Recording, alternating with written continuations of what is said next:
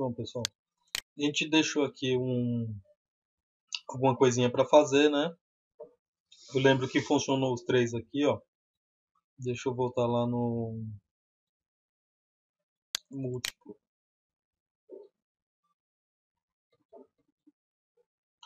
Isso aqui, pessoal, vai ficar para vocês como exercício. Olha só que legal. Se eu chamar o método do favfood 2 value, tá? Eu consigo trazer ele, tiro o warning. Agora, se eu colocar o 3, ele me dá um warning, ok? Eu já sei onde eu tenho que implementar a solução aqui. Eu vou deixar você pensar e vou entrar em um outro exercício, tá? Veja bem, a ideia é que ele faça a mesma coisa que ele vai fazer agora, tá? Só que não coloca o 2 aqui, tá? Tem que ser para o 3, tá? Você fez os dois aqui que funciona. O terceiro não estava funcionando. Esse daqui é o múltiplo list box, tá?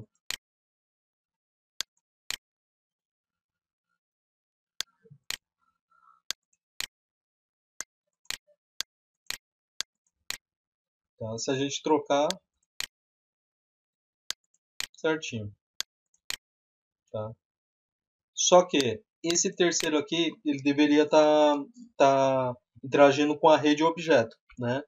Foi basicamente o que a gente fez lá na classe. Se você olhar lá, você vai ver que ele faz uma instância de uma classe abstrata que a gente criou para fazer o array de objeto, que é a classe food, ok? É, ele instancia ela dentro do método, tá? E cria um list de objetos desse tipo, tá?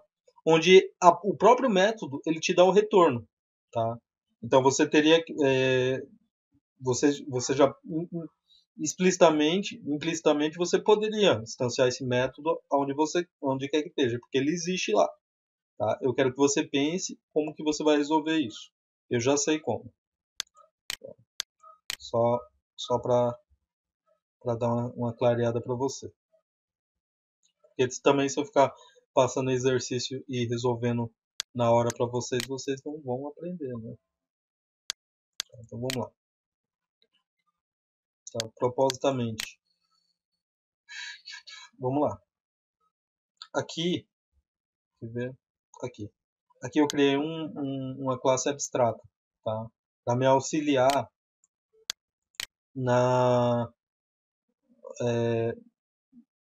para me auxiliar com essas duas questões aqui, o value e o label, ok? Em algum momento, tá? Desse mesmo tipo, contendo esses dois tipos de valores, aqui eu tenho uma classe abstrata, certo?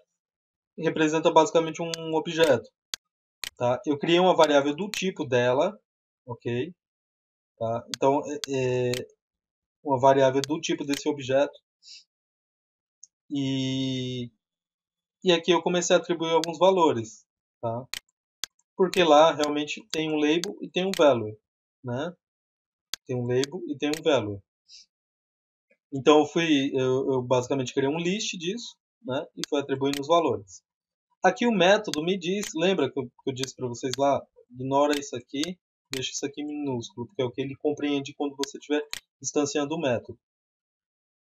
Então você poderia instanciar esse método, porque ele já tem um retorno. Então basta você instanciar ele para você poder utilizar, tá? Esses getters e setters aqui eu criei por causa dessa variável aqui, tá? Mas não necessariamente a gente vai utilizar, tá? Se quiser pode até, até tirar aqui. Deixa eu tirar aqui. Ah, tá. O breakpoint já saiu, tá? Então, pessoal, é, é isso aí, tá? Lembrando que para algumas propriedades a gente precisa de getter e setter, certo? Só que aqui a gente instancia já o método, o nosso método com retorno, tá? O que acontece no value 2, que ele vem preenchendo lá, tá? Estou dando umas dicas aqui para você. É que eu tenho um método estático e depois, lá por fora, tá? Eu tenho o próprio método que dá o retorno dele, ok? Então aqui, ó, eu tenho o método estático, né? Pro food value, food to value, E aqui por fora eu tenho o método get dele, método com retorno. Tá? E esse cara aqui, como a gente viu aqui, ele funciona, né? Se eu colocar o 3 aqui, ele não funciona. Tá? Então é isso que eu quero que você pare para resolver. Tá? Aqui eu vou salvar, tá? Não fiz nada significativo. E na próxima aula aí a gente vai entrar com outro exercício, com drop down, ok? Então aguardo vocês na próxima aula.